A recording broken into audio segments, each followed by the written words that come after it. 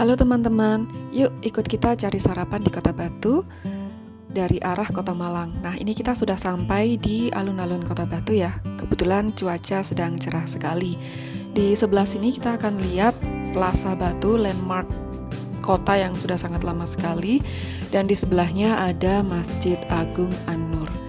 Kalau dari arah Kota Malang di alun-alun ini kita jalan aja lurus terus sampai kita melewati perempatan BCA. Ini jangan ditiru ya, ponakan saya tidak pakai helm, jadi utamakan keselamatan nomor 1. Di perempatan BCA ini, kenapa dinamakan BCA? Karena di situ ada gedung landmarknya Batu, gedung BCA yang lama, dan di kanan ini ada kelenteng. Kalau kita belok ke kanan, di sana nanti akan ke Jalan Berantas menuju daerah Punten dan Selekta. Gak usah belok, kita lurus aja sampai ke arah Balai Kota Batu yang bernama Balai Among Tani. Nah, ini balai kotanya tertutup pohon ya, tapi sebenarnya itu tempatnya sangat bagus sekali. Kalau sudah kelihatan Balai Among Tani seperti ini, kita akan bisa melihat di sisi kiri Jalan Samadhi. Tepat di seberangnya, itu gapuranya. Nah, kita masuk. Kalau teman-teman belum pernah ke Batu nih, hampir di semua wilayah di Kota Batu jalannya tuh bagus. Aspalnya jarang ada yang bolong atau gundukan atau tidak rata seperti itu. Seperti ini, bahkan di gang-gang kecil pun. Sampai masuk Jalan Samadhi, kita cari gang nomor 3.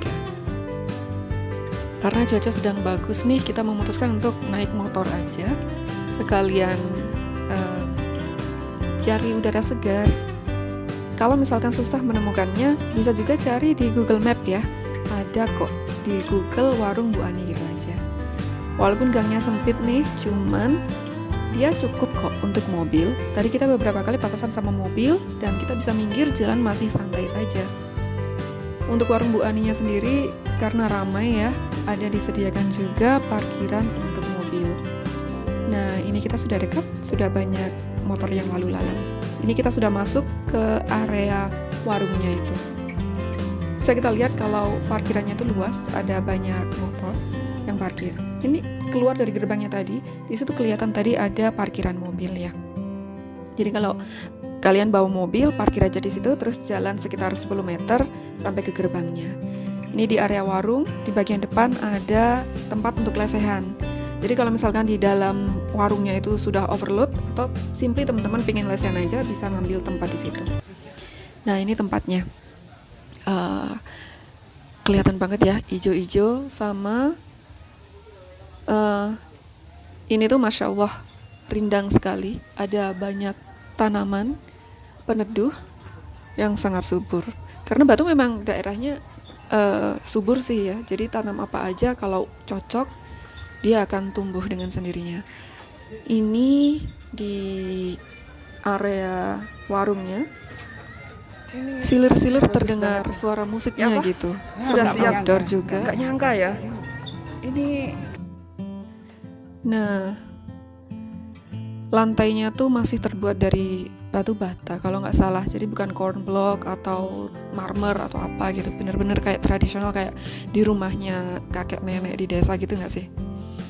Ini ada lupis atau cenil gitu. Dan ada jamu aneka rasa, kalau nggak salah kayaknya itu ada kencur, ada kunir.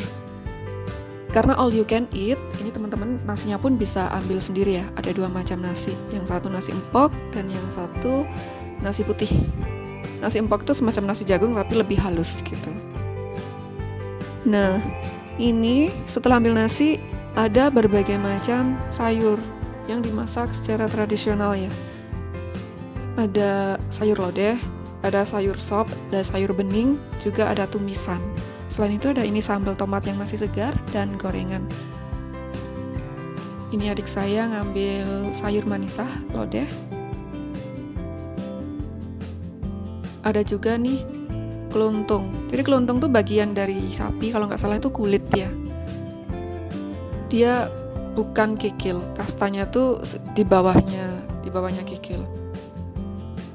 Nah, ini ada beberapa sayur yang saya belum pernah mencoba sebelumnya. To be honest, ini genjer sudah sering dengar, sudah sering lihat, cuma saya nggak pernah makan.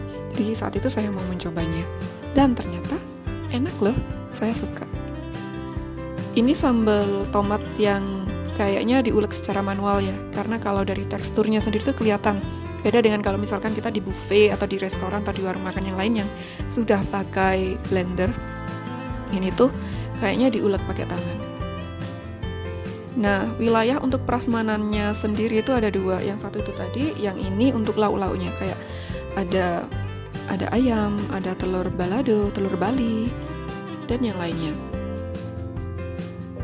Ini dapurnya tuh konsepnya terbuka. Jadi kayak semacam mengingatkan kita di kampung kalau ada hajatan tuh tetangga-tetangga pada bantu dan bioto ya. Nah, setelah kita ambil makanan, kita bayar di kasir, kita bisa bawa ke balai-balai untuk makan di area semi outdoor begini.